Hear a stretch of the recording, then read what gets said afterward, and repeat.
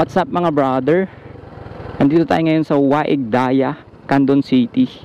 Nandito tayo sa Diversion Road. Ngayon ay tuloy lang tayo dito. Okay. Oo, maraming mag-crossing na sasakyan. So, Waigdaya po ito. At gusto kong ipakita sa inyo yung ginagawang airport dito sa Candon City. Ayan, may ginagawang airport dito mga brother. Tignan natin kung kumusta na yung improvement.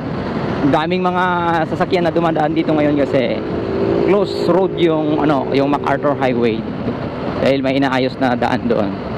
Kaya dito lahat ng mga sasakyan dito. Okay, so ayun mga brother, malapit na tayo. So ito yung hospital ng Candon City na malaki. Ayan mga brother. So ito inaayos, malaki to eh. Inaayos itong airport ng Candon City. Dito siya part dito. Ayan, gawin ko kung nakikita nyo. Malawak yan eh, mula doon kanina. Okay, yun yung mga lupa na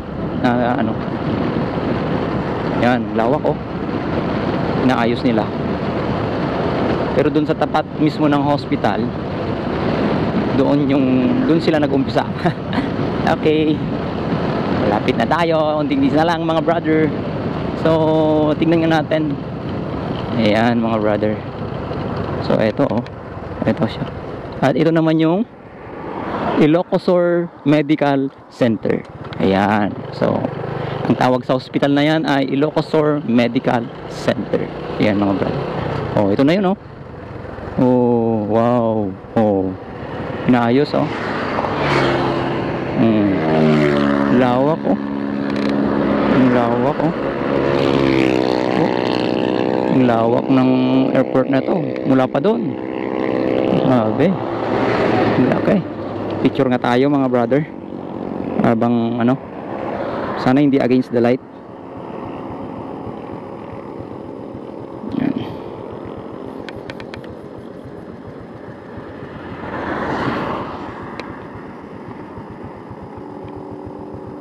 Yan ang lawak Uy, against the light mga bro.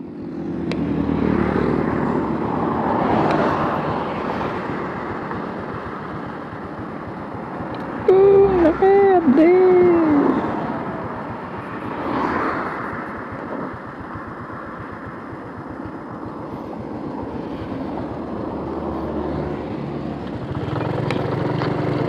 Ayun, tara.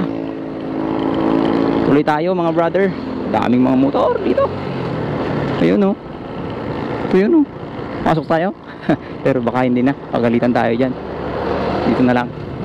Okay, so nakita nyo yan, napakalawak pa, ang dami pa dun.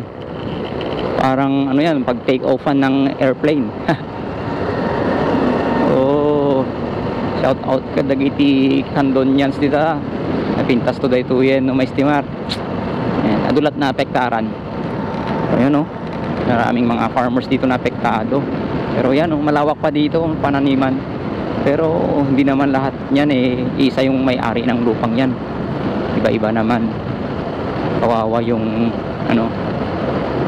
may-ari doon sa mga lupa.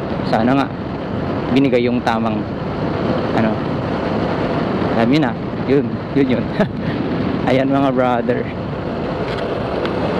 So ito, ang diversion route na ito, kapag tuloy-tuloy ka lang, lalabas ka sa sa MacArthur Highway dito sa Ayudante pag dito ka dumaan.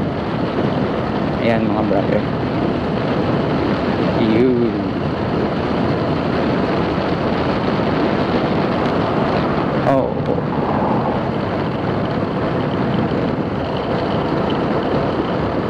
Okay. Kurba. Ayun mga brother.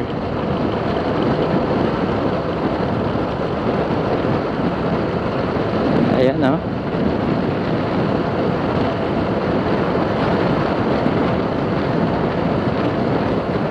daming mga sasakyan, no? Dito sila lahat lumulusot kasi naka ditoro pa. Ayun, tuloy lang mga brother. And ito na yung ending ng bypass road. Ayan, at pagkatapos nito, ito na. Katapos nito is Santa Lucia na. At nandito na rin tayo sa boundary ng Candon City, mga bros. And dahil walang sasakyan, pasok tayo.